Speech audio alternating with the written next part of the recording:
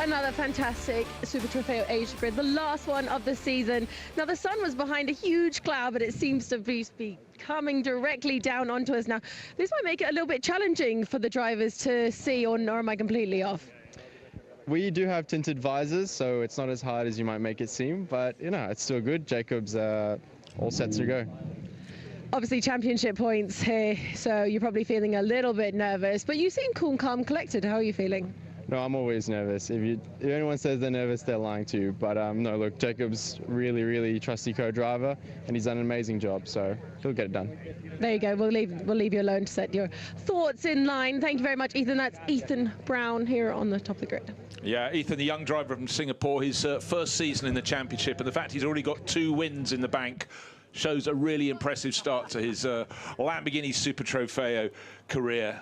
Now, just worth pointing out, we may have a field of 21 cars. Tick that box. We've also got 4 classes. They come in Pro, ProAm, Am, and Lamborghini Cup, and 3 of those titles, in other words, all except Pro-Am, have already been sorted, with yesterday providing a couple more class winners. Sutiluk Buncharen taking the Am title, and yesterday Alex Denning and Charles Leong ended up with the overall title, and as if by magic, Dakota is with Alex Denning.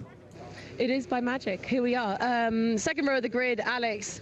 Obviously a great race for you yesterday. Used all the track, even the green stuff. Bit of a risk today with the green stuff because obviously it's a little bit slippery. I don't know if you felt it yourself. But you're not starting in the car, Charles is. So you've won the championship. Charles started in the car. You can just relax, right? Yeah, well, the green is that side. We might try the blue today, see if that works. Yeah, we don't need to risk too much. We've already won the championship, so I think the pressure's kind of off. But yeah, we're still going to go for the win and hopefully bring the win tally up to 8 today. Who has your eye been on the whole season? Obviously, Asia is a different field for you. You know, you're from Ireland. You've come all the way to the unexpected side of the world in Asia. Who else has your eye been on as you've been going through the championship? Yeah, the Americans can't get over it. Seeing the Irish person racing in Asia, they said that doesn't make much sense. But yeah, I think Brendan's been quick all year. He is in both the European and the Asian Championship this weekend. Hampus and Danny Formal are also looking very strong. So yeah, there's a couple of people in the States. There's definitely a couple of people that are strong in both the European and Asian Championship, but I think yesterday came together very nicely for us. We're just going to focus on ourselves for the next couple of days. Go on, Alex, always on top form. Good luck for the race and also good luck for Charles. Thanks very much. That's Alex Denning. Thank you very much, Dakota. And the green that Dakota was referring to was at the start yesterday. Alex Denning took the start, but he went off the track. He went onto the grass and went from 3rd into 1st place before the first corner. The blue he's referring to is the painted section in front of the pit wall, which will be on the flank of his co-driver, Charles Leong, the driver from Macau, who SGM Theodore Racing picked up when he was in Formula 4 single-seaters and propelling him forward into the world of Super Trofeo and maybe further up the sports car ladder as well. But here we are, 21 cars out to play, and it's not their final races of the season. It's the final Asian Super Trofeo round, but Saturday and Sunday, tomorrow and the day after, here at Misano, we have the gathering of the 3 Super Trofeo championships, Asia, Europe, North America, for the world finals. We'll get to that later. Let's go down to the unluckiest driver yesterday. Jonathan Chicotto didn't get to start the race. Why not? He's with Dakota. Jonathan, absolutely was not your day yesterday. What exactly happened? Obviously, Gavin told us that it was maybe a drive shaft issue, but I think you have the real answer for us. Yeah, I thought so at the beginning, but it was the gearbox actually. So that stopped working on the first warm-up lap, even before the start of the race. So I didn't even have the pleasure to start the race. So yeah, I can't really be worse than that. I hope that today is going to be better. Oh, today has to be better, doesn't it? Obviously, Gavin didn't really get a lot of drive time yesterday. So today, what's the advice? You've got 2 really strong competitors in front of you and 2 more in front of them, in fact. So is it just like keep everything until I get in the car, or is it go full power to the front of the grid? Well, theoretically, we have 6 competitors in front of us, so 6 cars to overtake. Yeah, definitely the worst thing we can do is to get in trouble. So I told Gavin, just keep it easy.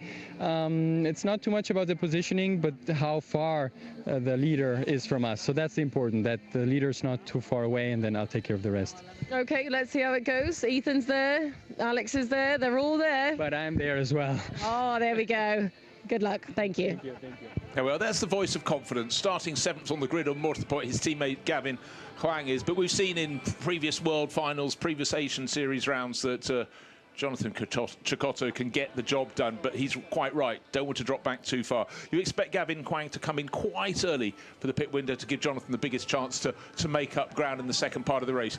Now, one feature, Jack, is a lot of these races, particularly in the hotter environments, it's about keeping your tyres sweet for the final 5 laps or so, because if you push them too hard early on, great stuff. Not so good at the end, though, is it? Yeah, definitely. You generally, with slick race tyres, once you get them up to temperature, you have a peak sort of lap 2, 3, 4 maybe. So for qualifying, that's your sort of peak window where you have maximum grip, and then there'll just be a steady decline throughout the race. Obviously, in the hot and humid conditions, that drop-off is more severe, so it's easy then if you start oversteering the car, so the back's sliding, or you're too aggressive on the power and you get wheel spin, you basically just make the tyres deteriorate even quicker. So in Asia, it's really important to be precise and smooth. You know, don't chase the entry and brake too late. Don't be too early on the power. Just generally just be smooth with your equipment. Over here, especially in the conditions we have here in November, you know, you've actually got to almost be a little bit on the other side. You've got to be quite aggressive to generate that heat. And because the ambient temperature isn't there, you can actually generally lean on the tyre a lot more because you haven't got the temperature in the tarmac. OK, and let's throw that in. The first 2 laps, as you say, trying to get the heat in the tyres, but we see a lot of drivers just running out. They just don't have enough grip to that point till they come up to temperature, running wide, notably at turn 3. You'll see it on the opening lap. You see it maybe the second, the third lap. But later in the race, of course, the officials are a little bit easy in the early laps. But then if drivers keep on exceeding the track limits, they get a number of times, then they get a warning. Go beyond that, a 5-second penalty, and that can absolutely junk your race. So 2 formations coming up, 50 laps of racing, 1 pit stop, and for the drivers who are racing solo, they have to have an extra 3 seconds at a standstill. Is that fair? Is that not fair? Well, it is fair because they know exactly how the car's behaving, what the tyre conditions are like, the track state is like when they go back out. So it evens it out, but it does mean if you're driving solo, you've got to try and build 3 seconds in before your pit stop. Yeah, I mean, we saw that in the US race this morning, that the guys were very close together. He did, I forget who it was, he didn't quite have a 3-second lead, so he actually lost the lead in the pits, and that track position, basically, he never regained the lead after that. So I think at Misano, track position is key. You know, if you're a solo driver, you really need to build a big gap in the first stint to allow yourself that buffer for the second stint.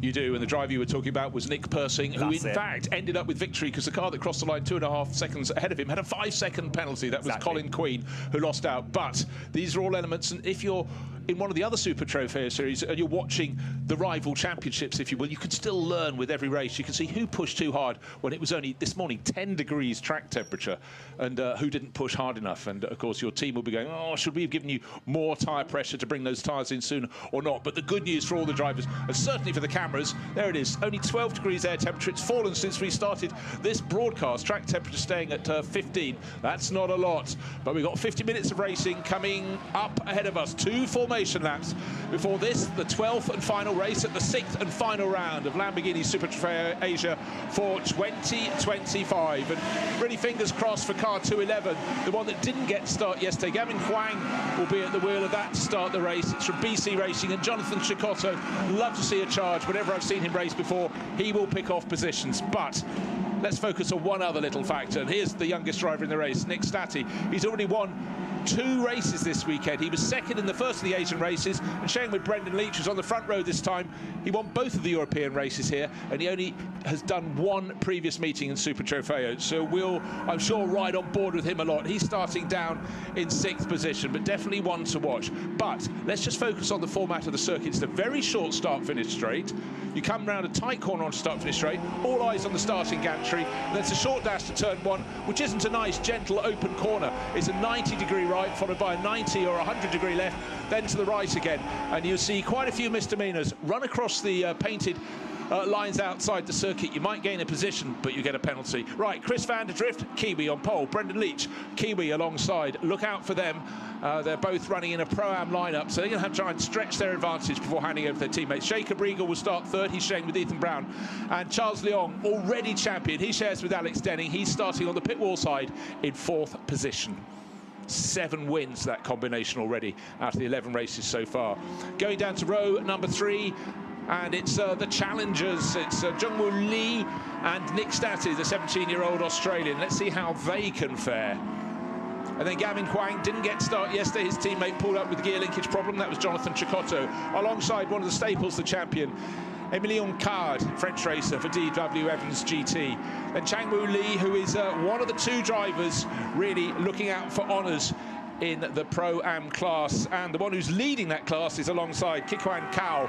Then we go to Dong Hui Lee and Jingwei Lu forming row number 6. Moving on down, it's the two H-Zyrolos, and I think it's Haziq starting today. Brother Khairi will take over. And then the driver who clinched the AM Championship yesterday, Sutilak Bunchura, and we saw him on the grid with the symbol of success. Johnson Twang, BC Racing, and the driver from Indonesia, Dipo Fitra Madhan. And then Super Chai Wiraborn Wanpong, he's already put the Lamborghini Cup class, the LC Club title, in his pocket. Alongside him was Damian Hamilton. And then Singho Kim and Dr. Chi Min Ma. In the final row, Kumar Prabhakaran bringing up the rear. 21 cars in all. He's in the Batmobile Racing entry. So one further formation lap. It's a very wise tactic. When it's very cold, give them another lap. It doesn't hurt anyone. More to the point, it helps everyone get the heat into their tyres. So what are the drivers thinking now? Just feeling the performance of their car beneath them, I guess. Really, the absolute key focus on these 2 laps is just generating heat. Start thinking about the start and your strategy once you're getting into the last sector. For now, it's heavy braking, heavy accelerating, and just weaving, but not just gentle turning the steering. You've really got to weave and really lean on the tyre. It's absolutely crucial. You're really putting load through the tyre, left and right, forward and back. Using the brake pedal, you get some heat in the brake disc and pads. That will then heat from the inside out, as well as heating the actual rubber surface by weaving on the track. So much to think of for these drivers. You can see the hotels on the Adriatic coast in the background. The right-hand flank of Italy, absolutely straight as a die. Beach resorts the whole way up. Right now, nobody's thinking about that. When they race here in the summer, it's normally 40 degrees Celsius. It's very tough, and track temperatures of 60+ degrees. Today, track temperature, double check, 15 degrees. It's a different game. Air temperature falling all the time, 12.8 degrees. But for these drivers, it's all about an extra degree or 2 in their tyre temperature, and it will have all the difference. As I said, the first 3 corners very tight indeed, easy to outdo yourself, but it's a 90-degree right, which isn't easy at the start of any circuit. This is the view from turn 10, the hairpin that leads them onto a straight with 3 kinks in it. Turn 11, 12 and 13 are very fast kinks. You see a lot of drivers running over the painted lines outside the circuit at 13, and then heavily on the brakes to the hairpin, turn 14, a kink to the left at 15, and then the final corner, 90 degrees onto the start finish straight. 2 words, the drivers don't want them next to their names, but they are track followed by limits. There have been penalties, there will be penalties, but the big question in the class that is still to be sorted, Pro-Am, will either of the challenging cars have their race ruined by track limits? They have got to be so careful. So here's the field getting into 2x2 formation. This is turn 14. It's 16 turns in all, 4.226 kilometers. Just waiting for the last few cars to get into that straight line as they go out at 14 towards 15. And the black car at the back, that's the Batmobile Racing entry, Kumar Prabhakaran. And the mighty Urus leading around at the front. Suddenly that will jink into the pit entry. That's just before the final corner. At this point, it's really unusual not to be able to see the starting gantry. You're pretty close to it, but you still can't see it. Into turn 16 they do. Nearer the camera on the right-hand side of the track. Chris van der Drift, fellow Kiwi, Brendan Leach alongside. They can't go yet. They've got to get as tight as they can to each other. We've seen a lot of people backing it off, forcing the driver behind to back off and then not accelerate and then lose ground. But it's a long hold. Wait for it, wait for it. 21 cars on the start straight. There it goes. Red turns to green, and this is the final race of 2025 in the Asian Series, and it's the white car on the outside that's sweet. Oh, Brendan Leach goes round. There's a challenge from, looks like it was Charles Leong trying to go up one of the cars from midfield. 2, 3, 4 of the cars have gone too deep, and a spinner down at turn 1. Oh, well, that was well, there's a car that may not have working in steering, rejoining the track at turn 2, not making it work at all. So a little bit of sorting out down there. Oh dear, car 203, that should be Kikuan Kao, and I tell you what, that is the championship leader in Pro-Am. So disaster early on got to see come the end of the lap where the challenger, which is car 118, will be. And if that's in a good class position, sorry, 218, then that will be, 286 was the car that clearly has got something broke on it. That's the Delta Garage crew, that's Depot Fitra Madan. And one suggests someone probably came hard into one of his front wheels and snapped the steering there. Yeah, or potentially on some of the runoff areas there's speed bumps, so he could have hit that really hard, or contact, and it seems like, yeah, something and the steering's broken. Oh dear, another one sideways in the track, and that was car 266, which is Climax Racing, or Hudson Auto by LKM, actually. That's Jivé Lou, who's suffered out there, and he's running in the ProAm class, so a lot of tumblers there. Safety car, well, not too surprising there, because it's not just the number of cars that have gone off, it's where they have ended up. But a nice, tidy-ish start at the front of the field, but everyone behind that really, really got bunched up. I did actually speak to Matteo Milani, the safety car driver, at lunch, and he was saying he was due a run out, so clearly jinxed it. Yeah, and just to point, actually, I tell you what, it was Ethan Brown who went into third place, from third place on the grid. In fact, it shouldn't be, because he shouldn't have been starting that car. It should be Jacob Riegel, so I think that's a graphics problem. But bear in mind, the cars running third and fourth are both red and white livery, but the darker one is the one of the championship winner, Charles Leong, still in fourth place. So the safety car, there's the view back. He's got Brendan Leach in behind him, who got the better of Chris van der Drift. I almost sense that Chris was given a bit of a push into the first corner, and around the outside went Brendan Leach. You want to brake as late as you can into that corner, but not much you can do if someone else on the inside has not got their braking done. This is the view going up to that first corner. Doesn't look so bad when you're doing it line astern, but when you're 2-3 abreast into here, then things become rather difficult. It just looked a little bit like Chris van der Drift had. I think Jacob Riegel was just looking up the inside, and maybe he was looking in his right mirror, and he was busy dealing with that. While he was dealing with that, Brendan Leach, with a guy of his level of experience, just sent it. Well, here's the view. Brendan Leach in the darker car going around the top. What happens? It's about 6th or 7th place. With the car spinning, inevitably it leads to others getting it wrong. Look for the car outside the writing, moving across the screen above the bit that says Rimini, onto the track, and off the track into the gravel. That's Depot Fitra Madan, the Indonesian racer. So over and out for him. It looked innocuous, really, down at the first corner. Now riding deep in the pack into the midfield, and a few tails being pushed a little bit round, and that's the point at which you have to sort of bail out. That was car 266, was the Jivé Lou car, the Macanese racer. Gosh, you can see the low sun here in this autumn afternoon, and that near miss as Fitra Madan went across the track, crossed the nose of a couple of rivals. Nothing he could do in that blue and white car. Threading the eye of the needle. So while the safety car goes around, everybody else being cleaned up, all the fallers. But of course, still the clock goes around. There's no dignity in when you've been removed from a race. You've got to get moved to a place of safety. And Jivé Lou being taken away. So the safety car leading the field around. The order is Brendan Leach, Chris van der Drift, Jacob Riegel and Charles Leong, as they were on the grid, with the exception of the top two having swapped positions. Gavin Twang is in 6th, and the car between him and the top 4 is car number 7, and it is Jungwoo Lee, Korean racer. But for some of the others, well, this is, you don't often get an elevated view.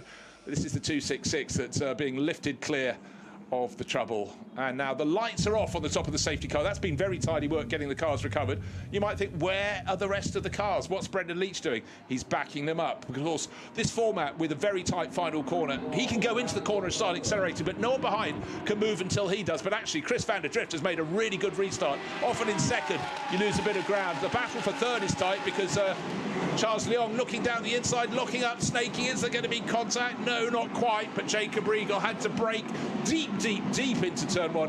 I thought we were going to see the equivalent to 2 balls on a snooker table colliding, but, you know, well done to the pair of them for not coming to blows. But actually, over the curbing, Jacob Riegel went a little bit wide, and Charles Leong, well, you don't need 2 invitations. But Riegel's still keeping his foot, trying to go up the inside into turn 5. That will end up in tears, surely. And just by the skin of his teeth, up into 3rd place goes Charles Leong. Good move. But look, as they fight, the first 2, the Kiwis already getting away.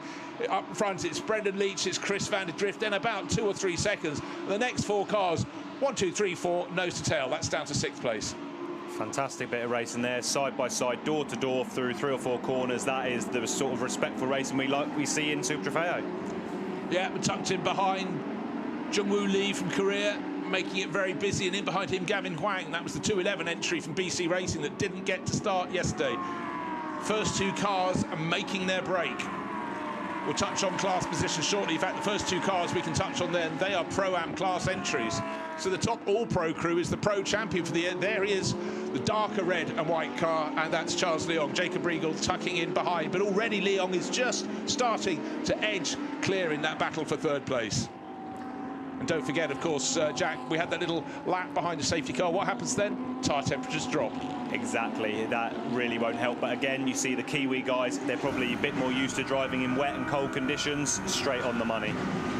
Now, we're riding on board with the car in 7th place, therefore he must have lost a position in the sorting scramble. Remember, it was around 6th or 7th place we had the spinner. This is the young Australian, Nick Stati. He won both of the European Series races here at Misano, sharing with the driver who's leading the race, Brendan Leach, but today different cars, and also young Australian, the Lamborghini Busan entry. There it is, number 277. He's doing this one solo, so his pit stop will be 3 seconds longer. We'll touch on that later.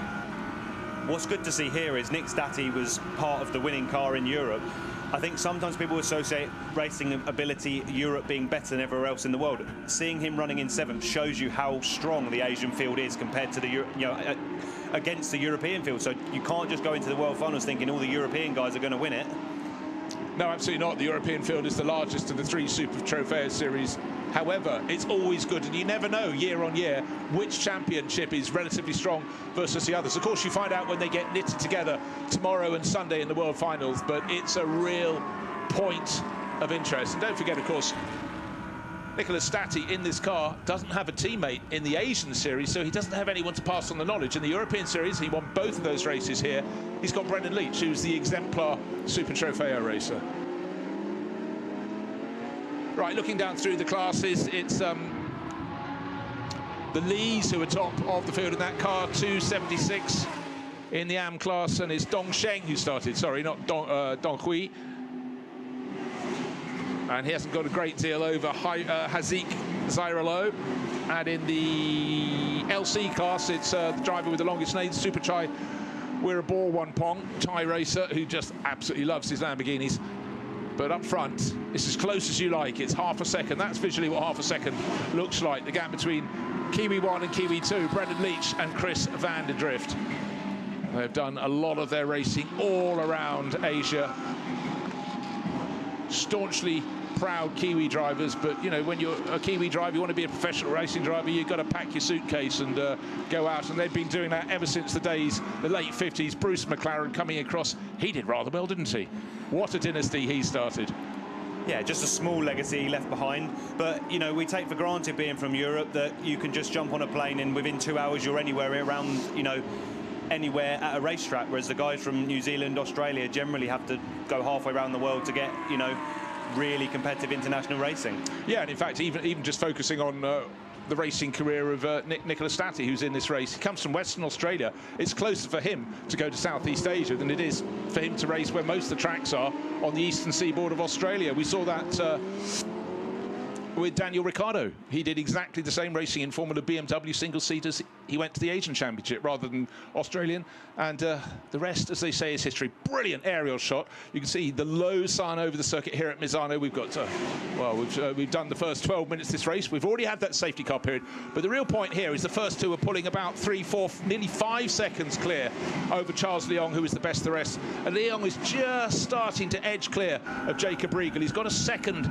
of a buffer. Leong already the champion, but he does know, of course, the first two cars are Pro-Am entry. Brendan Leach will be handing over to Song Jia-jung, and Chris van der Drift will be handing over to Todd Kingsford. They've had a good little run together in recent races, Chris and Todd, but certainly the pace of the second drivers in the likes of 232 and 227, the cars third and fourth, they're very, very strong indeed. So as long as they can stop them escaping too far up the road, and track position is everything, as you say, you can be sure the pros, Brendan Leach and Chris van der Drift, will start as long as they can and come in before the pit window closes. And by the way, in the previous race, two cars, by dint of about 5 seconds, became a bit greedy. They kept their pro driver in as long as they could, and they were only going around turn 14 when clang, that was the pit window shutting. And therefore, you have blown everything for the possible gain of a second. before handing over to your teammate. Anyhow, so many things for the teams to think of, but anyhow, just by watching that race, teams go, you know what, I think we might just come in a few seconds earlier, the lap before.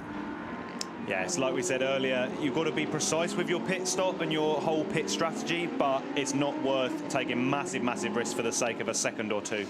No, it really isn't. Now, talking of risks, Charles Leong, champion already, has had his second warning for track limit excess. Another driver who's got one is the driver 2 positions behind. Driver of 207, that's Jungwoo Lee. So they will start accruing more of these. You get to a point where you get a warning. After the warning, the next one comes the 5-second time penalty. And a field like this, where it's super competitive, that is like closing the door on your race. Right, here is Charles Leong. 2 warnings so far, 3rd overall. Let's look at the standings. Already, they can't be toppled. That's Alex Denning, who we heard from before the race. Charles Leong, champions, 7 wins their name out of the 11 races so far. This is the 12th and final race. Zikong Lee, at the moment, heading for second in the championship. Ethan Brown, if he can pick up a position, his teammate Jacob Riegel is running second in class at the moment, could yet change that around. But done and dusted as far as Denning and Leong are concerned. Yeah, they're just racing today for that extra bit of knowledge they can gain for the World Finals, as they've kind of said all weekend, but also for pride. You know, you want to finish the season strong. They've had 7 wins, I believe, so, you know, why not add another one to finish the season on the absolute, you know, peak? Yeah, no, entirely so. Now, this is the battle. It's like at Motorsport, Brendan Leach leading the race. It's VSR, and that's Vincenzo Sospiri Racing. And they just took, in the European Series, their first pro title after 10 years of trying. And considering the success that VSR has had around the world, that was fantastic. And also, it was great to have a Malaysian driver winning the European Series in the shape of Adam Putera, his first season in Europe. That's a massive accolade to come across, take on drivers on circuits you don't know in a car that they do. Yeah, certainly a fantastic season for him. Unfortunate for his teammate to not join him on the top step. I believe he missed a round, so he only finished 2nd or 3rd overall. But nonetheless, great year for them in Europe, and I'm sure they're also looking forward to the World Finals. Yeah, and it was very gracious, actually, of Adam Putera to say, you know, actually, you know, he didn't score as many points as me because he missed a round, but I consider it a championship won by the pair of us, which is entirely fair. Now, this is a recovery drive. We're looking at car 203. It's moved up into 4th place in Pro-Am. This is the championship leader, and at the moment, still heading for that title, because there aren't that many cars in the class up ahead of it on the track, but only by 1 position in the class rankings is Changwoo Lee, and that won't be enough as it stands. So this has been a good recovery. Remember, a spin on the opening lap, dropped him to nowhere, but certainly doing what he has to do, being calm. That is the absolute essence for Kikwan Kao. Right. This is HZO Fortis Racing, run by Absolute, and the 2 Zyrolo brothers really enjoying their racing, going better and better. They're running in the AM class, they're running 2nd in class at the moment, but some distance behind Dongsheng Lee. Just taking a look at track temperatures, they're dropping, if anything, 14.5 degrees now. Right in the AM class, the battle was already won by Sutiluk Buncharoen, and he's running 3rd in class, doesn't have to press on too much, he's got it under control. The Zyrolos are 32 points down, and 16 points down, and there are only 15 points to play for. Even if he comes away with nothing, Sutiluk Buncharoen is just in position to take the championship. Yeah, it's a nice position to be in when you come towards the end of a championship. If you've already got the job done, you know, before the last couple of races or last race, it means you can just go out there and have fun, and, you know, there's no stress or pressure. Yeah, and if suddenly you, well, as we saw with Jonathan Chikotto's car yesterday, something goes awry mechanically or you slide off, that's all right, it's okay.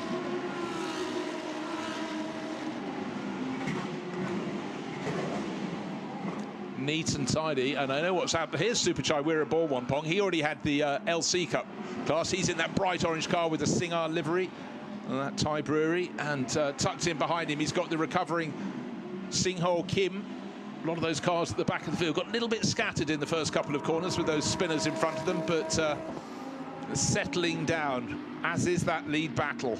First 2 cars lapping in the very high 1 minute 34 second category. best of the rest. Well, the car third, Charles Leong, 1 minute 36.1, so 1 and a bit seconds a lap they've been pulling out on him. But you know what? Charles Leong and Alex Denning, across their season, they've become very, very good at keeping the tyres sweet in the second stint of the race, because as you pointed out, Jack, when you're racing in the Asian Series, where the temperatures can be sky high and then a few more, to get it wrong and leave your teammate who's taking the second part of the race with some things that are round and black but no longer grippy, well, that's not very good, is it? You learn. Yeah, you can, if you hand your teammate, you know, a really worn set of tyres in the hot and humid conditions, they can start losing, you know, even seconds a lap sometimes. So it's the tyre management over in Asia is really, really key. But like we say, here in Misano in November, you can pretty much push flat out the whole way, because there's just, you start backing off, you lose tyre temperature. Yeah, well, exactly so. And this is a masterclass at the front of the field. Bit of traffic up ahead of our race leader, Brendan Leach, tucked in behind Chris van der Drift. 0.3 of a second between them on the start-finish line. Next to nothing. And their last few laps have been within 1/10 of a second of each other the entire time. Just trying to work out who's up in front of them. And it's car 283 is the one they've got to get past. That's Dr. Chi Min Ma. Hopefully he's seen them, but they're about to catch him down towards turn 14. And sometimes in a really tight corner, it's very hard to move your car out of the way.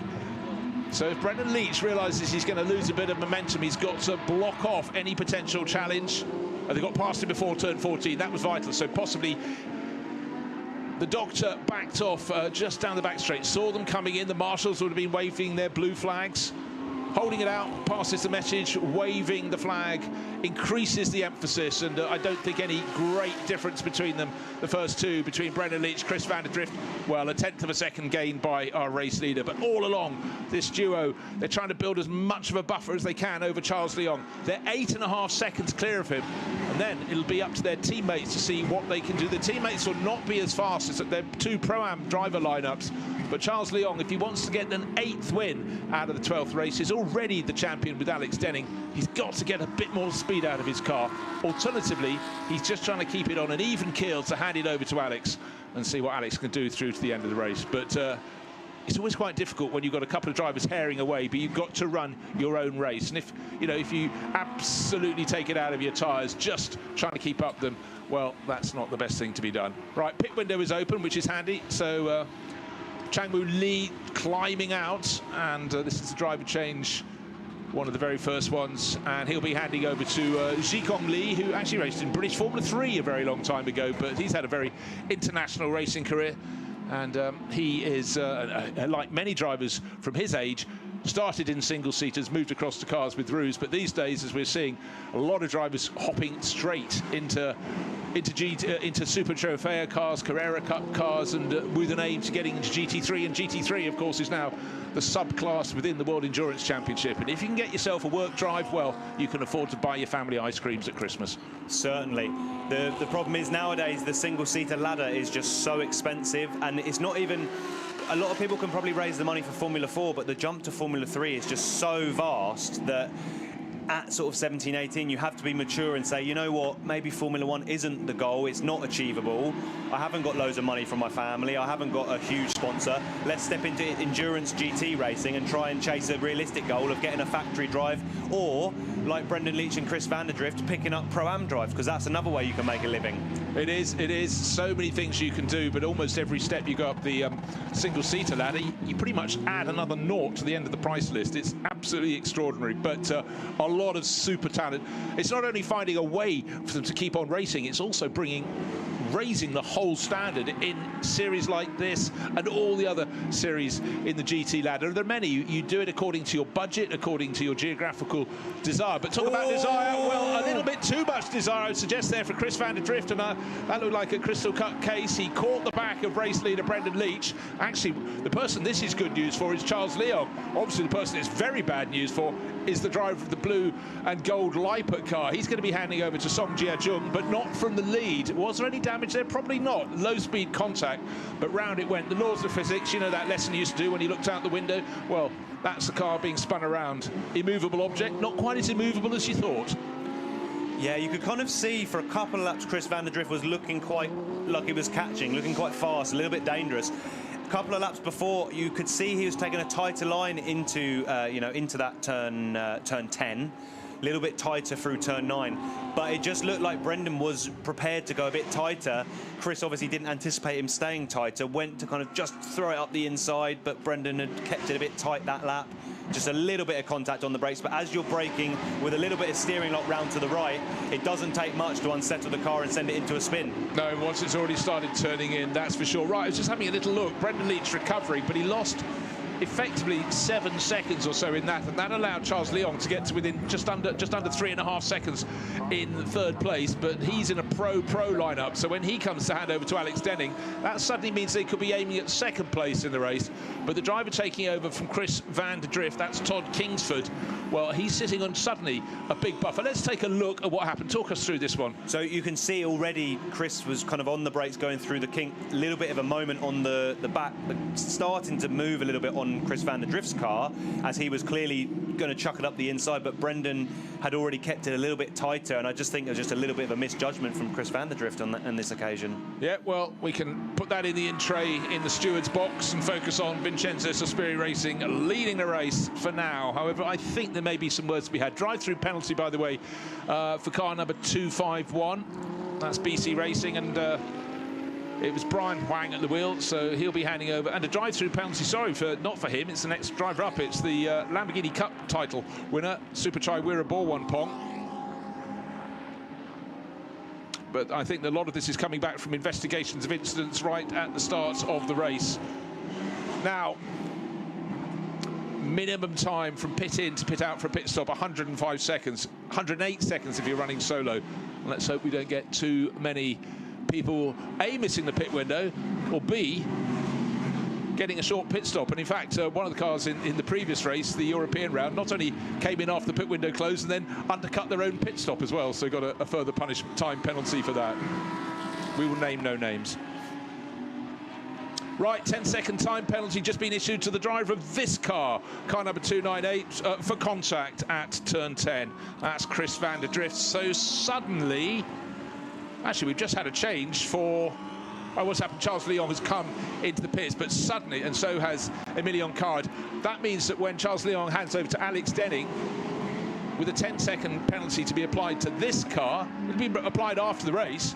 So the white and blue car from Vincenzo Sospiri Racing could get the checkered flag first, but in reality, it suddenly puts this year's champions, Charles Leong and Alex Denning for S3N Theodore Racing, in for potentially win number 8 from 12, which will be a fantastic comeback for them this season. And, well, actually, the other car in that contact, Brendan Leach, has also been given a 10-second time penalty.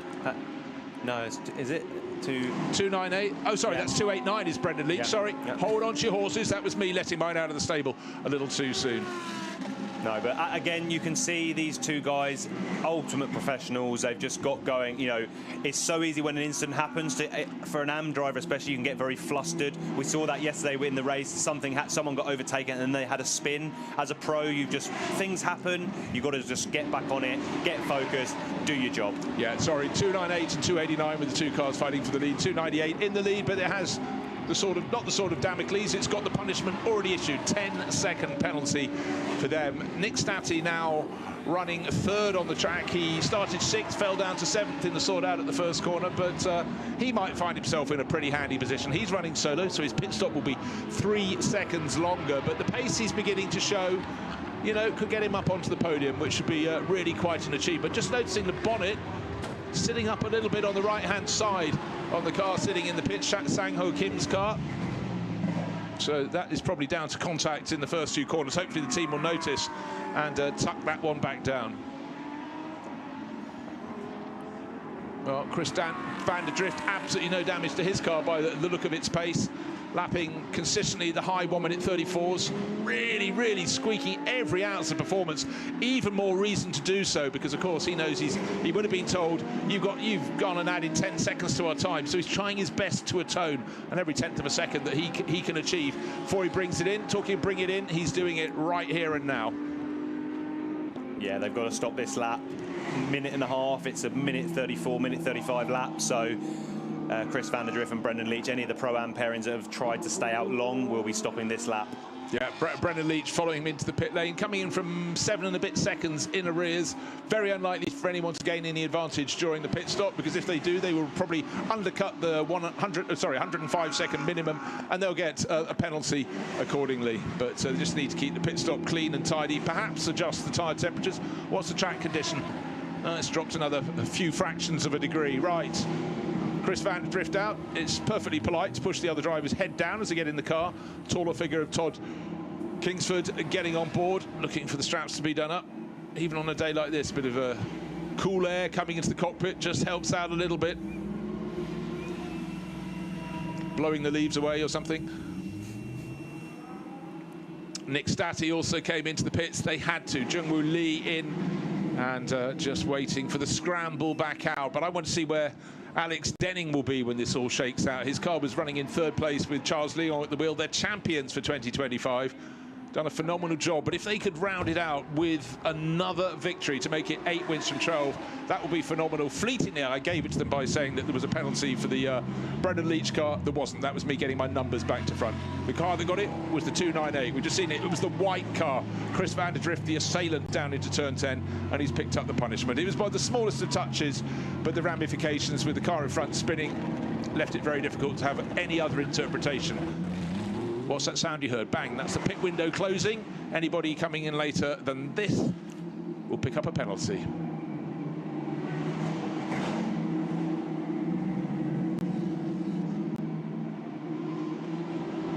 I'm just double checking. Is that sort of thinking that maybe that was a slow pit stop for 298, or have they been told to turn the extra 10 seconds in the pits? Maybe they have. Maybe it was like a stop-go penalty, so maybe they had to sit for an extra 10 seconds before releasing the car, because it looks like he's actually now significantly behind the 289. Oh, well, actually, you know what? I prefer it that way in many ways, because at least then you can see precisely where they are without having to imagine 10 seconds. Definitely. Right, 289, Jiajun Song, or Songju Zhang, is out, and it looks like he's just ahead of Nick Stati. Just double check if it says Lamborghini Busan on the nose of the blue car with the red flashes on it, tucked in behind. It's one of the LB Cups from the same team. Ah, okay. Yeah, a lot of the teams running quite a few cars.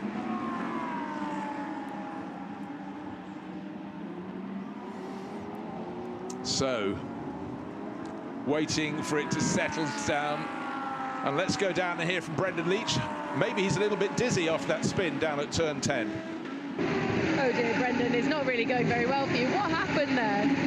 Oh yeah, like, car was really good, just having a good battle with Chris, and he seemed to have pretty strong traction for a Super Trofeo, and got a good run out of 8, and I was on my normal line, and he just clouded the back of me. It's nothing major, he just needs to do better, that's all. Nothing major, but it's your race, it cost you. Yeah, it cost us a little bit of time, but look, at least we can keep going. Unfortunately, they only got a 10-second penalty for it, and I nearly ended up in the gravel, so look, we're going, the target for us today is just to finish the race and try and get on the podium. The Lifer guys have done a great job with the car, and yeah, like I said, Chris should know better, but anyway, it doesn't matter, we carry on. That was very, very political of you. Obviously, we're seeing a lot of people get track limit abuse as well. How hard is it to keep all 4 wheels on the actual track? Yeah, it's really tricky, especially the corners that they monitor. You get on the throttle really early, so as soon as you do that and you have a little bit of understeer, it's very easy to just time it not quite right. And I myself have used all of my tokens in both races today, so it's all good. We're good to go. It resets for JJ, so he can push on now and have some fun. There you have it, Brendan Leach. Good luck. He's good to go.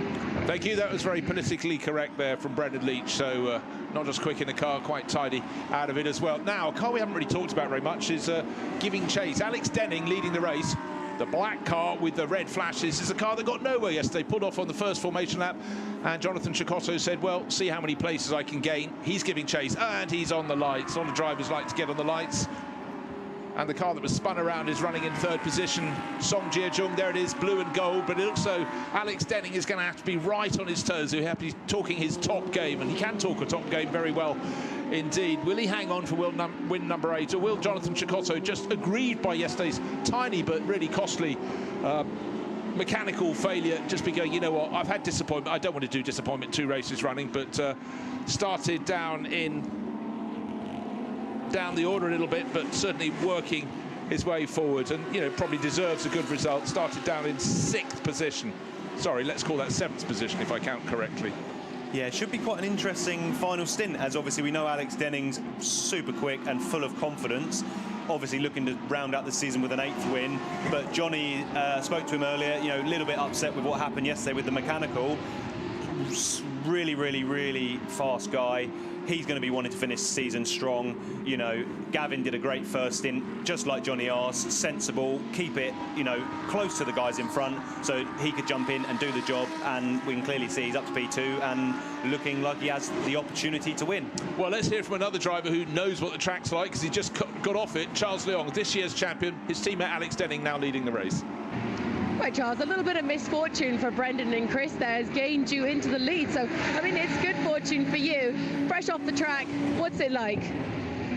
So the start was so on my side. I was expecting less grip, so I went for a safer option with the gears. And it's first time we do 50 kph here, but overall the race with the safety car restart, everything was good. And everyone else around us is on new, with us being unused. So I think pace-wise and the race management-wise, at the moment we are quite great. Now the temperature's starting to drop. It's starting to get a little bit colder. The sun's gone now, so we've only got not very long left of the race. Do you think you're going to be able to hang on to those tyres? Do you think Alex is going to be able to bring it home in P1 for you again? I believe in Alex a lot, and he's a very decent driver. And as his pace, when the car is running properly, as long as you're not 1 second off, it's quite hard to pull a move. So as long as he keeps the car on the track, I think he can make it. Exactly. Good luck. Thank you very much. That's Charles Leong. We've got a magic button in the commentary, boss. As soon as you have an interview, something happens to the car that the driver you're talking to. And we've just had a change of the lead. Alex Denning got absolutely out-muscled by Jonathan Cecotto, 2:11 into the lead of the race. And Jonathan didn't get started yesterday's race for BC Racing, but he's pulled in front. And I'm sure both drivers have. It'd be interesting to hear from them after the race. That was quite a mighty manoeuvre.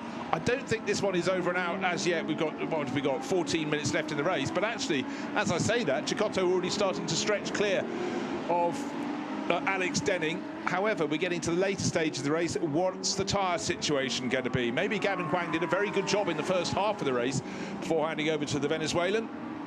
The German-born Venezuelan, son of the great Johnny Cecotto, world champion 250 and 350cc in motorbikes, came across, got to Formula 1. And if it hadn't been for leg injuries in a big crash at Brands Hatch, I think he was really starting to get stronger and stronger. Still went on to have a fabulous career in touring cars, mainly with BMW. Right, here's on the pit wall there was the boss man of SJM Theodore Racing, along with Teddy Jr. It's David Kennedy, another man with Formula 1 in his veins.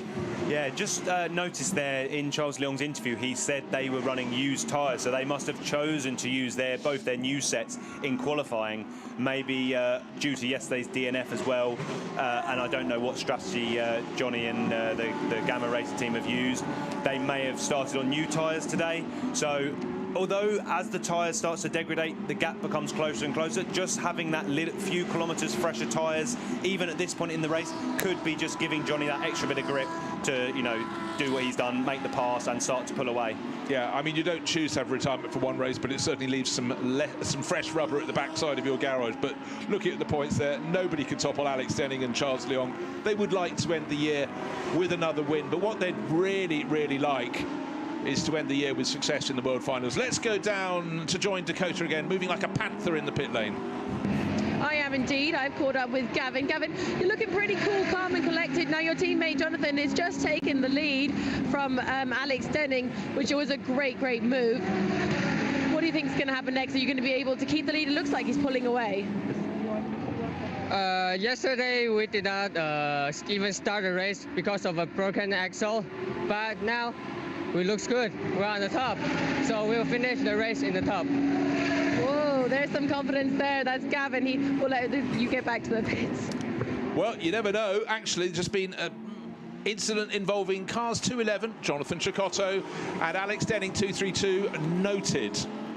So that's being looked at. I'd like to see a replay. I was looking from one screen to the other when it was happening. And so yet, Nick Stati in third place could suddenly come through to the top of the race. He's 5 and a bit seconds down on them. So we'll keep a watching brief on that one, but the clock's counting down. Yeah, and turn 16. That means it was probably quite an aggressive move, because it's not normally, unless someone's made a mistake in turn 15, not the sort of corner you pass on. So I'll be interested to see a replay of that and see how Johnny managed to actually get up the inside. Or outside, we don't know. Yeah. So hopefully they'll be sorting that out. Right, looking at what's happening in the AM class, it's 276 leading the way. It's been having a very, very good race, and that's Climax Racing. It's Donghui Lee in the second half of this race. In the AM class, it was settled by the smallest of margins. Sutiluk Buncharan is still the points leader, but he's running actually third in class this afternoon in the AM class. Doesn't matter to him, he's got the title in the bag. Okay, just double checking the screen of pain, which is time penalties and track limits abuse. It stayed still for a moment, but just bear in mind the first two cars, 211 and 232. That's Jonathan Cecotto, as we can see on that little screen there, and Alex Denning under investigation for an incident, presumably the one where the lead changed hand from the Irishman to the Venezuelan.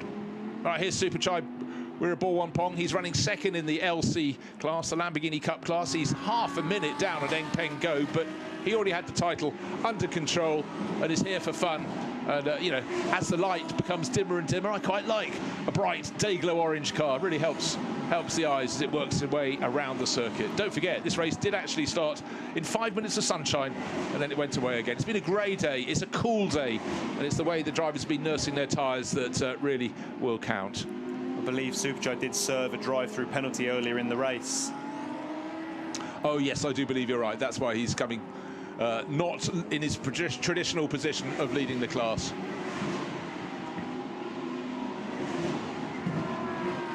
It feels as though winter's approaching. It very much feels autumnal. The middle part of this week, when the teams were testing here, it was absolutely lovely. The air temperature between 15 and 17 degrees, sunshine, but just a few degrees different, and the lack of sun makes a real difference. They're not staring at a fire hose, they're staring at a small laptop in the paddock there, just to see what is going on. Jonathan Cecotto leading the race by 2.3 seconds and getting in among the traffic. He's either the second or the third of the cars in that group.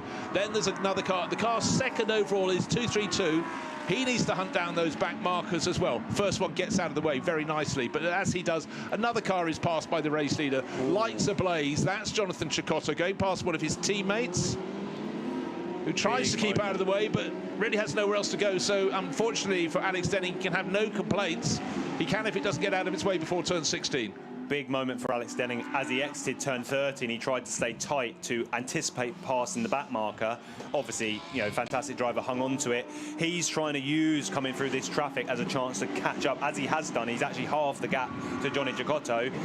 You know, when you catch back markers, you just hope you catch them in the right place and you can use it to your advantage. Whether that's to put a gap between you and the car you're racing or catch up a car, you just got to be a bit lucky and, you know, kind of look a couple of corners ahead and make sure you go either left or right, depending on which corner and where on the track you actually catch the back marker. And it could be going oh so right until suddenly it isn't. Someone else just changes their line. Super close. It's even Stevens. Two crews, the 263 crew and the 203 crew, equal on points in the Pro-Am title. That was the only one still up for grabs, and this is the 12th race.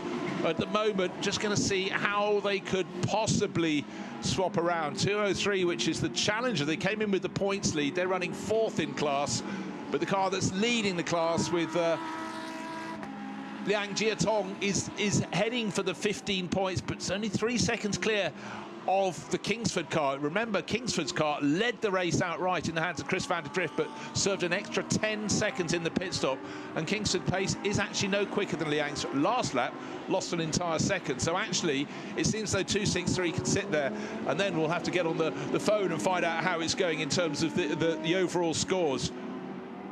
Yeah, certainly fantastic for the track, for a championship to go right to the wire like this and even finish on the same points. You know, then it comes back to who's had the most wins or who's had the most pole positions or fastest laps, which can be a little bit frustrating, but I think, you know, it just shows you how crucial it is to score every single point on offer. Yeah, entirely. And what happens, it gets split as you go further down.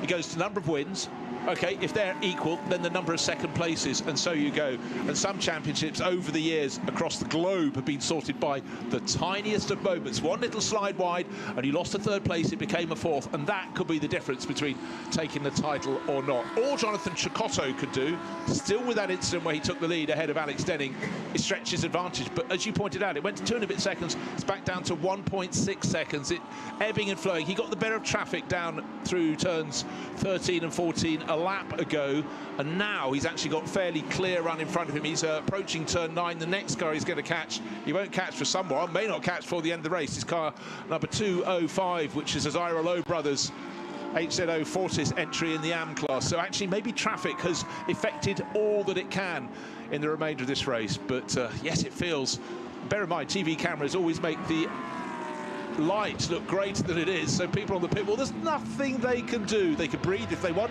they can chew their nails, but it's in the hands of their teammates right now. Yeah, it can always be quite a stressful place to be after you've done your stint, and you're, obviously you have trust and faith in your teammate, but you've got no control over what happens. You're just a nervous wreck, hoping they make the right decisions, and if they're leading, hang on to it, and if you're trying to move forward, please move forward. Yeah, really tricky, and 203 up to third place in class. Will that be enough? It will at the moment, and the driver looking onto the pit wall is Kikwan Kao. 2 points clear, along with his teammate who's finishing the race. That's Kai-Shun Liu and Kikwan. He doesn't know what to do. Well, what can you do? You just got to keep the prayers coming.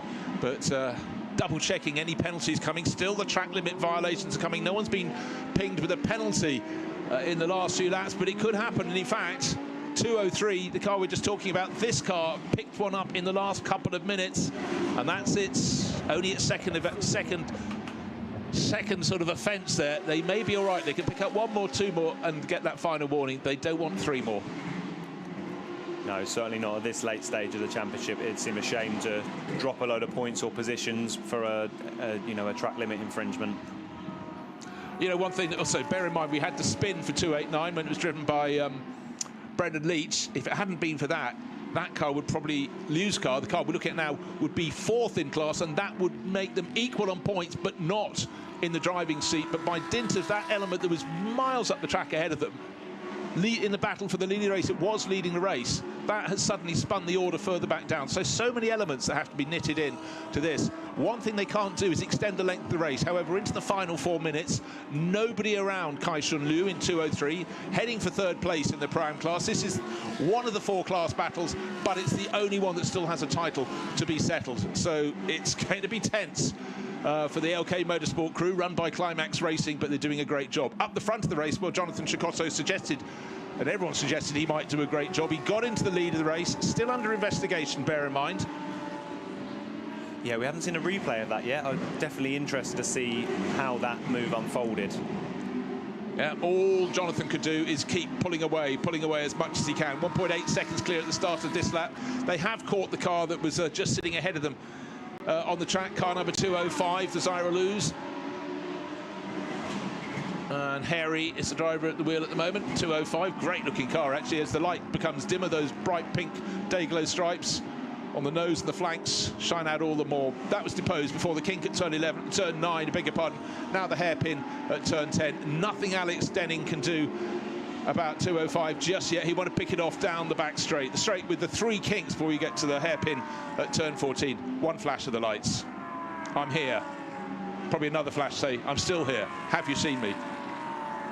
Not Morse code, but an effective equivalent, and 2 more laps to go, I think, is the message. And flashing through at turn number 12, between 12 and 13 goes Alex Denning. Well, it was 1.8 seconds between them start of the lap. It might have gone slightly longer than that now. Up to 16 they go. 2 minutes left on the clock. So there'll be this lap and 1 further lap. 2 laps to go until the completion of the 2025 Lamborghini Super Trofeo Asia. LC champion right at the start. Car number 207, track limit abuse.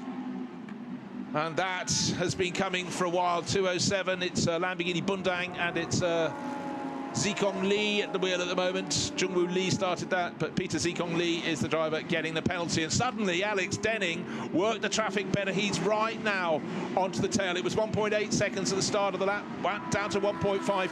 Now I'd suggest it's within a second. First to second, Jonathan Cecotto still hanging on. The light is dropping all the time. Now, what's the respective state of the tyres? Jonathan Cecotto has raced these cars for a very long time. For Alex Denning, his first season in Super Trofeo, and maybe the fact it's not hot means that the stage has been slightly more evened up, because if Jonathan Cecotto, the number of races he's done, he should be used to these in all temperatures, but for Alex Denning, well, you know, really making the most of it right now. Yeah, certainly. It seems like they're a bit more evenly matched in the second half of this last stint. Johnny was quite unlucky. He caught the traffic at the wrong point, sort of in the middle of turn 1 and 2. Alex seemed to catch it a little bit better. He's definitely capitalised on that. Well, good news for Kikuan Cao and Kaishun Liu. Kaishun is third in class at the moment in Pro-Am, heading for the title. In third place, has just been gifted a position because there's been a time penalty. It's only a 5-second time penalty. Actually, hasn't yet been gifted that position, because Todd Kingsford, second in class, has got a 5-second penalty. He's 7 seconds clear of Liu. So Liu's got to keep pressing on, but these things, they just keep on coming. Have we just had 2 penalties for Kingsford? Yes, we have. No, we haven't. Just the one. Sorry, I beg his pardon. And then a penalty. But final lap, and in almost every race we've witnessed this week, and it's Thursday, Friday racing, until we get to the World Final Saturday, Sunday, many a driver's getting pinged on the final lap. Just one more time going over the white lines at the edge of the circuit. Jonathan Cecotto leading the race by half a second. It's next to nothing. Closing in. Alex Denning has moved ahead. He's 0.1 of a second ahead. Oh. Waiting to see how that happened. There's Suchiluk Buncharoen, who's already got the AM title in the bag. And there it is. Track positions have swapped around. You sort of sensed in the last couple of laps, it seemed the tyre performance was definitely with Alex Denning, but Jonathan Cecotto, well, this is the point we saw the spin where Brendan Leach was taken out by Chris van der Drift late in that first stint of the race. And then the last couple of laps, remember the lead was 1.8 seconds, 1.5. Looked as though the traffic hadn't been the friend of Alex Denning. But then suddenly he seemed to just have a little bit more grip and suddenly closed right in, was half a second down, and has now moved clear. So this could be win number 8. This is the final lap of 2025 Lamborghini Super Trofeo Asia, and that was a big swing in position. It was a gain of 9/10 of a second on that lap, and I don't think that was traffic induced either. So Alex Denning, well, he's normally got a smile on his face. He'll have even more, because what's that around the corner? It's a start-finish rate. What's at the end of that? Not even at the end. It's waved, and it's waved for him. Alex Denning, win number 8 with Charles Leong, already the outright champion, and you can hear the cheers on the pit wall. Nick Stati will be coming home in third position. First 2 cars covered by half a second. What a great end to the season. And still, of course, a little bit of investigation among the stewards for that earlier contact, but half a second between them at the checkered flag. Nick Stati crossed the line 9 seconds down in third overall, raced it solo, and looking for car 263 that ought to come through to win the Pro-Am class, but let's not get ahead of ourselves. Ethan Brown ended up 4th overall. He's had a very good debut season. Zikong Lee in 5th, Nazim Asman in 6th, and car 203.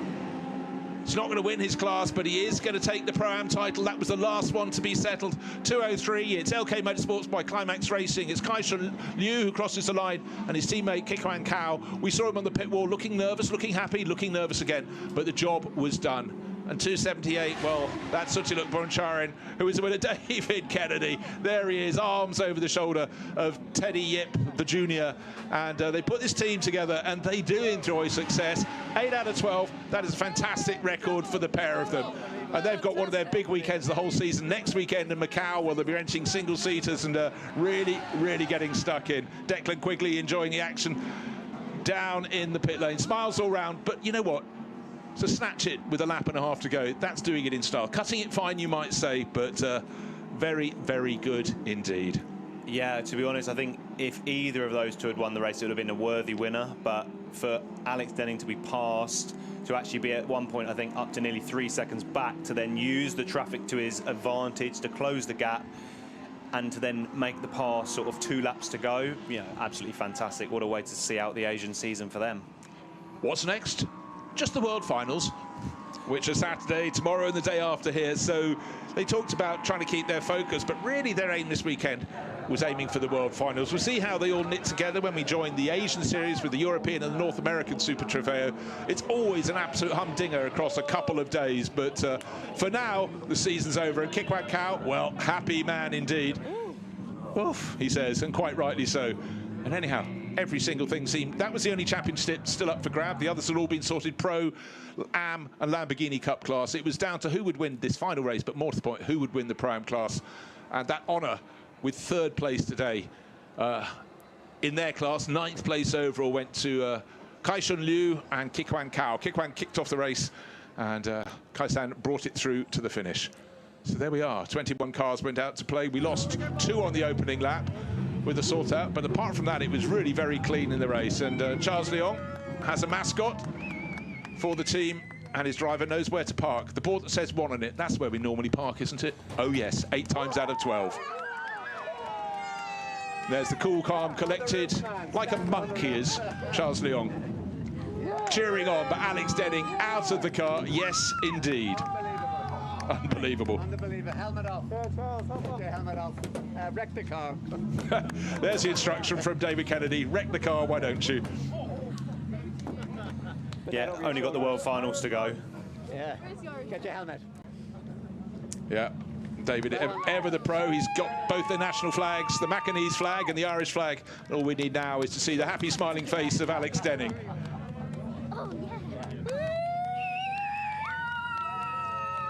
I love all the passion that goes. They'd already had the title, but to add another win, when it was looking quite tricky in the race today, they ended up, but fans from the Emerald Isle coming to cheer on Alex and the gang. Especially if they're on used tyres, that's, you know, even more impressive. Yeah, a bit of a learning curve there. And every little element you can knit in to try something a little bit different. Tell you what, let's go down and hear from a driver with Dakota, a driver who already has 8 wins in the bag as well as the title, Charles Leong. Charles, 8 wins in the bags and the title's in your bag as well. Let's put this lovely hat on you. Look, here we go. That looks great on you. Congratulations, Alex. Oh my God, you really left it to the last minute. Look, Charles was thinking I was bad luck coming to interview him, and you got overtaken by Giacotto. Yeah. But finally, you made the move. And here you are. I might have even made Charles excited for once. If that doesn't make you excited, I don't know what will. What happened? Why'd you leave it to the last minute? Oh, I don't know. I came out of the pits, the pace seemed fairly okay, and then just getting through traffic and battling as well tended to overheat the rear tyres. And to be fair, Giacotto rolled off the brakes and gave me an offer I couldn't refuse other than turn out of the corner. So yeah, hats off to him. It was a nice move. And yeah, the pace just really came to me then. I looked after managing tyre temperatures, catching after him, trying to get in his mirrors and his head as much as I can. And on that last lap, Hakkinen Schumacher was playing through my mind. Oh gosh, well that was a long time ago. But yeah, how did it must have felt great passing obviously long-standing Super Trofeo driver Jonathan Giacotto. So he was really, really miserable getting out the car. He didn't want to talk to anyone, so you've definitely done a number on him. Charles, you proud of your teammate and proud of yourself? Yeah, I'm very proud of the team overall this year. It's 8 out of 12 wins, and yeah, like I couldn't ask for more. And overall pace, we're a very good pairing. Everyone is very consistent over the year, so it's a mega job that everyone put everything together. No mechanical failure the whole year as well. So yeah, it's a very special package that we put together. There you go, guys. That's Alex. This guy here, he saved the tyres for me. We started on old tyres, so I give this one up to Charles. Well done. Yeah. There you go. That's Alex Denning and Charles Leong, your pro champions in Asia and race winners. Thank you very much. They've done the quotes, done the interview. Now they're being micromanaged. Get everything right. That's the professional level of top teams like SGM Theodore Racing. They know there is a lot of boxes to be ticked. Winning the race is one thing, but you've got to make the most of it. And again, lovely to see that team spirit down there. They race together and they win together. Yeah, they've got a very good dynamic there, and it shows with the success they've had all season. Yeah, you need a top team to win, and you know, I feel for Jonathan Giacotto, and it was interesting the comment there from Alex Denning that Jonathan's get breaks had clearly he'd taken them to the nth, and there wasn't quite nth plus one. and it wasn't for want of trying, and it certainly made for very, very good TV. But, you know, you can sense when you're in the chasing car more what's happening with the car ahead than we can. We don't get to see it at every corner because, of course, the TV director will move around to look at the other cars in the other classes. But, again, these tiny little differences are the things that you racing drivers have, these very special antennae, the receptors you have to spot difference in performance. Yeah, when you're chasing the cars in front, you're just looking for any sign of weakness or mistake or difference in line. As we saw in the first stint, Chris van der Drift thought he saw a gap, but slightly misjudged it and it went wrong. But clearly on this occasion, Alex Denning, Johnny Giacotto, he found a weakness, saw a gap and managed to stick the car up the inside. Yeah, so many factors to be considered, and for all these drivers now, they'll be processing every single element of each of the corners of every single lap of this race and putting that knowledge together, knowing they've got the World Finals coming up. But there's one little difference. It's likely to be the similar temperature to today, but on Saturday and Sunday during the World Finals, there is some rain on the way. But let's go down to the winners in Pro-Am with Dakota. A spectacular win in Pro-Am, guys. I know you don't speak any English, so he's going to translate later for you. But congratulations, it's the moral of the story. How does it feel to be standing here in Super Trofeo Asia's last race? Feel very happy and gracious. Yeah. Do you want to say something in Chinese as well? I mean, someone at home's going to know. 很开心可以夺冠。 How about you? Chinese? 也非常开心，我们经过1年的努力拿到了这个全年的冠军，非常开心。我想来一杯啤酒庆祝一下。 Sadly, I can't translate that, but someone at home knows what they mean. Thank you very much, guys. Mgoy, thank you, Shei. There you go. Thank you very much. That was Kai Jun Lee and Kikan Kao, who had to watch the second half of the race in the pit wall. And again, that was the final title to be sorted. That was the Pro-Am title, and it was sorted with a couple of laps to go. One slip up in any direction, it could have been different. Certainly, there was a fantastic championship battle with Changmu Lee pushing them really, really hard. But incident in that race, but we got pretty much all the cars home to the finish. 2 cars didn't make it, but 19 of the 21 did.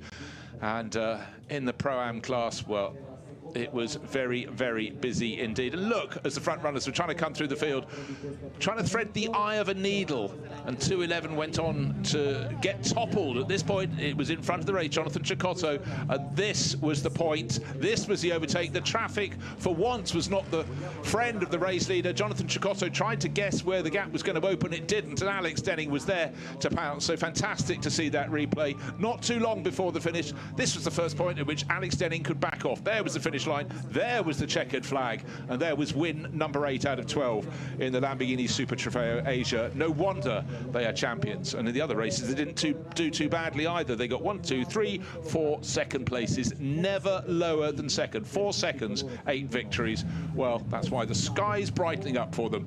Title in the bag with some considerable style for SGM Theodore Racing. Yeah, you don't get many seasons as good as that, so they need to really soak it up, because to get nothing worse than a second place, is some season. No, absolutely so, and it also shows, as we heard, no mechanical defects. In fact, in the Super Trofeo, they're remarkably rare, which is testament to the strength of these cars and the consistency of these cars. But it's about tyre management, it's about placing the car at the right point on the track. Almost feel as though night is falling here. Yes, it is on the Asian Series, but there, with win number 8 in race number 12, Charles Leong from Macau and Alex Denning, very much from Ireland, winning today's race by just half a second, got through with a lap and a half to go. And already the championship in the bag. What a fantastic season. Nick Stati running solo, finished in 3rd, and he is definitely going to be one to watch if he comes out to play in the Super Trofeo next year. He's just had 2 wins in the European Series as well. Ethan Brown, Jacob Riegel, good flashes of speed for the younger Singaporean through the course here. 4th place today. Top runner in the Pro-Am class was not the championship winner, but it was car number 263, the team from Korea, SQDA Grit Motorsport. Top runner in 11th place in Am was the Lees, Dongshu and Donghui, and the top runner in the Blue Flash class, which is Lamborghini Cup, was Eng Peng Go and Sang Ho Kim, coming home in 17th position overall. 2 cars didn't get to finish, everyone else did. And the season is over. The cars being returned to the paddock and to Parc Fermé. But the drivers, they're being kept there. The successful ones are going to be brought out onto the podium. And Okay, already up on the podium is driver of car number 277, which is Nick Stati, all on his own. And here comes the crew in second place, Jonathan Chicotto, and with the hat and the cap, Gavin Huang alongside him. Jonathan, a big sigh there. It could have been victory. After yesterday, he deserved something.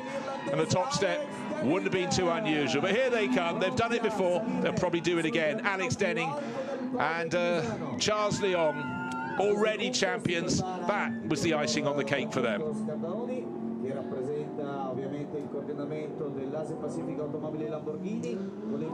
Smiles all round. Opposing characters, we pointed out yesterday. The much more controlled Charles Leong and just the ebullient and effervescent Alex Denning alongside, enjoying every single second. He'll have learnt a lot of tracks new to him this year, racing in the Asian Series, and you never know what championship he might be competing in the future when he goes to see them all over again. There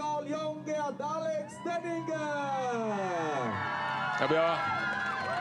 It's a truism, winning never gets boring. Certainly not.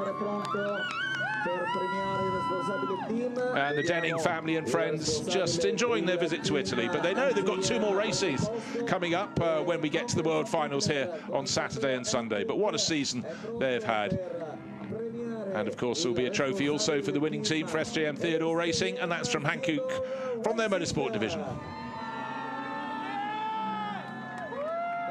To the drivers, we are ready to get all together on the first step of the podium. Closer, more as you can, please. Look in front of you for the pictures.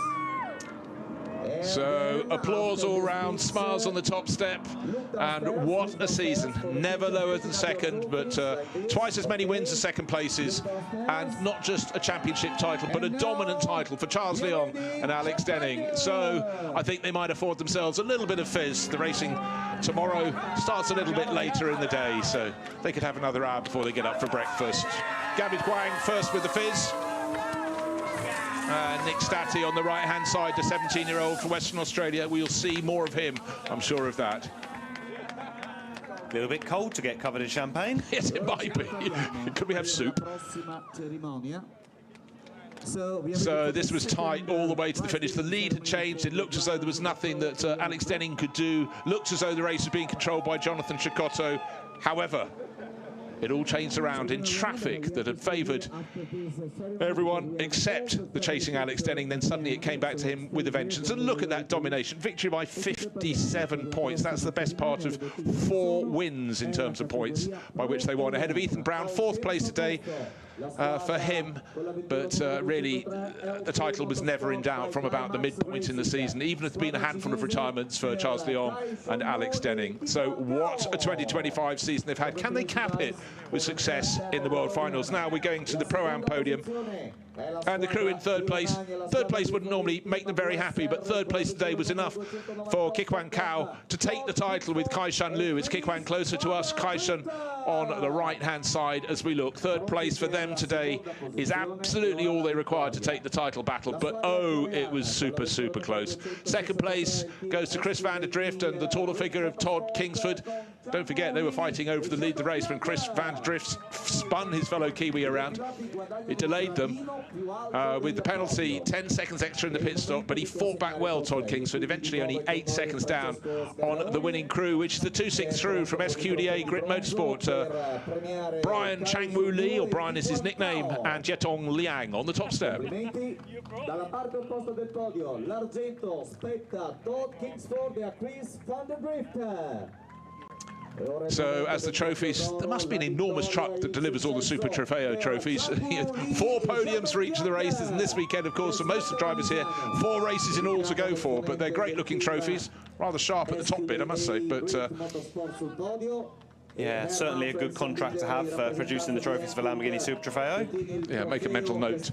But yeah, so great to see. Again, it's always wonderful in a 4-class championship to see that we look at the overall race and then we see where the classes fit in within it. But for each of these drivers, all their target, yeah, an outright win would be fantastic. But I tell you what, they're all aiming at class victory because that's for which you score the points. And it does happen from time to time. It does. A sneaky Pro-Am or Am driver that's really, really quick and has the luck fall their way can win overall. Yeah, absolutely they can. No. Look downstairs with the trophies, please. Picking up. Yeah. Great. Okay. So, top step. They came here second for this final race on points. Victory today just wasn't quite enough. Moving into third place was enough for the crew on the right-hand side of the podium. LK Motorsport by Climax Racing, Kai Shun Li, Liu and Kukan Kao. And now they can let the spray fly up on the podium. And car 203 might have ended up third overall. Had its problems, remember, at the start of the race. Went for a spin, looked as though they'd presented themselves a mountain to climb. But they did start the race with a 7-point buffer. And in the end, it was enough for them to win by 2. It could have very much gone wrong. Changwu Li didn't have a constant teammate all year, but really drove very, very strongly indeed. So he can be proud, but now he's got to recover his mojo, if you will, and his momentum by doing well in the World Finals. That's always one thing about this meeting. Wherever it moves, it moves around the world, largely in Italy over recent years. But redemption in the World Finals, where all the Asian runners will pitch themselves against the North American Super Trofeo runners and also the European. A lot of them be racing drivers they've never met before out on the circuit. 299 crew out onto the podium first. That's Damien Hamilton and Zhu Bizhuang. This is in the AM class. 205 crew, HZ Fortis Racing by Absolute, Hairi Zairolo and Hazik Zairolo, drivers from Malaysia. And coming out onto the top step is the 276 crew of Donghui Li and Dongsheng Li. Just waiting for those to come up for the Chinese team, Climax Racing, and they look pretty happy with life. In Misano. Ed è pronto, come sempre, Francesco Scardaoni, Regional Director, Asia Pacific. And that makes it a 3-class victory for today's winners. So that's a good haul across 12 races. So they're becoming accustomed to winning, and they've taken the double here at Misano. Congratulations, guys. Just quickly looking down, I just noticed the last message on our timing screen was Alex Denning was his final warning for track limits abuse. One more, and he had to roll the dice, and that could have cost them victory, would have put them back into second place. So there you go, pushing to the limit. Certainly.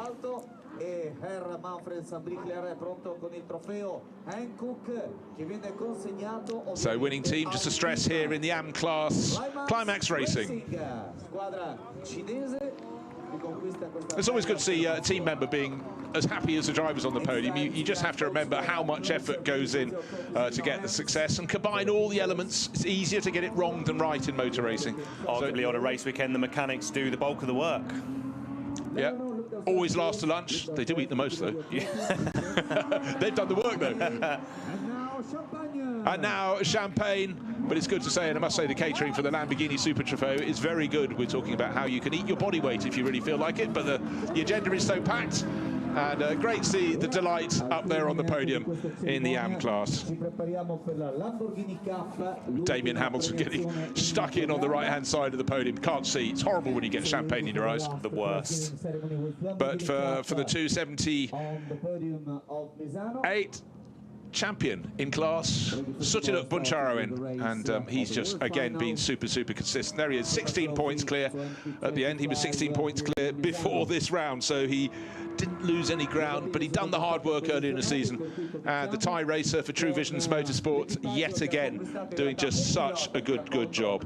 He got a few class wins earlier in the season, and he really built on those. And it's about scoring in every round if you possibly can. If you can be on the podium in every round, then you're very much in with a shout. Consistency wins championships. Right, in the LC class, Dr. Chi Min Ma in third place for Arrows Racing. There he is, he's waiting for the crew that came home in second. Well, it's not a crew, it's one person.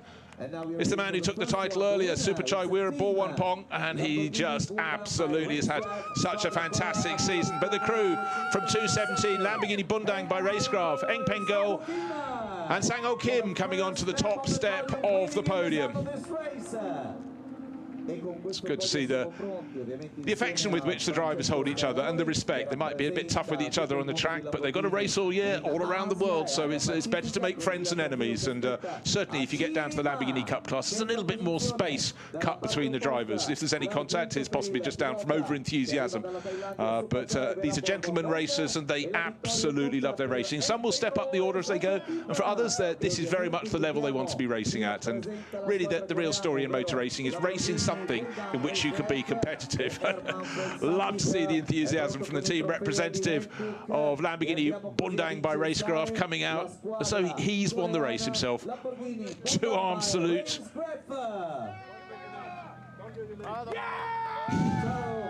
Together, guys, on the first step of the podium for the picture. He remembered to mention the sponsor, the manufacturer that made it all happen. A tick in the box there, everything being caught on film as well. PR dream. Yes. Well, champagne's going to be sprayed, and you certainly feel the Climax Racing team chief, well, he's been given a bottle. I think he deserves that. Okay, so these guys are sensible. They save it to drink later. Yes. Older heads, wiser. With the exception of me, that is. Well, what a season it's been. And for all these drivers, this is their final race of their individual championships from the Asian Series, the North American and the European. But we're going to go to the World Finals. And Super Chai Weerapong just got it done yet again. And a Thai racer, Sutiluk Boncharin, won the AM class, and a fellow Thai racer, here we are, Super Chai on the top step, 47 points clear of Kruma Prabhakaran, who didn't have the best of meetings here. But really, it's consistency for Super Chai, plus experience. But for him, not so accustomed to racing in these cool conditions, just did the job required. And there he is. And oh, the biggest podium you've ever seen, all the champions coming out there. But let's go back for one last time to look at the highlights of the 12th and final race of Lamborghini Super Trofeo Asia 2025. It was a rolling start, and Chris van der Drift on pole. Looks like he got the job done. Brendan Leach on the outside, dropping back, but there was a charge up the inside. Tiny bit of contact potentially, or else maybe just trying to outbrake. And the braking wasn't so good further down the field, but into the lead went Brendan Leach. Chris van der Drift into second. Then you can see from 7th place backwards a bit of contact, and one of the drivers, Deepo Fitra Madan, going nowhere. The car wouldn't steer. Luckily, nobody got caught by his 286. That brought out the safety car. Almost needed another. This was the lead battle between the two Kiwis. Brendan Leach being given a push and a shove from Chris van der Drift. Would be a 10-second penalty for the white card van der Drift. And then the battle to the end of the race was between 232 Alex Denning and 211 Jonathan Chikotto. Shoulder to shoulder they went. The places did swap, but they'd swap back again when they got into traffic. And there was the move into turn 15. A wing mirror went missing from Alex Denning's car, proving there was contact. Looked as though that was over and out at the top of the race. That would be how they finished, but it wasn't. Still mileage to go. The Lees leading the way in the AM class in 276. Liang leading 263. And this is the moment. Two back markers. And the guess was wrong from Jonathan Chikotto. He thought one would move to the right, it stayed to the left, and Alex Denning didn't need a second invitation. What did that lead to? Win number 8. He's already the champion with Charles Leong, and how sweet was that one? To push, to shove, to have a race, and to get away with it all with yet another win is exactly what SJM Theodore Racing was looking for. No wonder they were smiling and cheering and hugging in Parc Ferme. David Kennedy and Teddy Yip Jr. leading the celebrations. And what did the drivers say? Don't wreck the car, but they still got on the roof. But the celebration, particularly from the Emerald Isle, loud and proud. And there it is, the trophies for the 8th time, the winners' trophies, 4 second places across the 12 races for them. Worthy champions for 2025.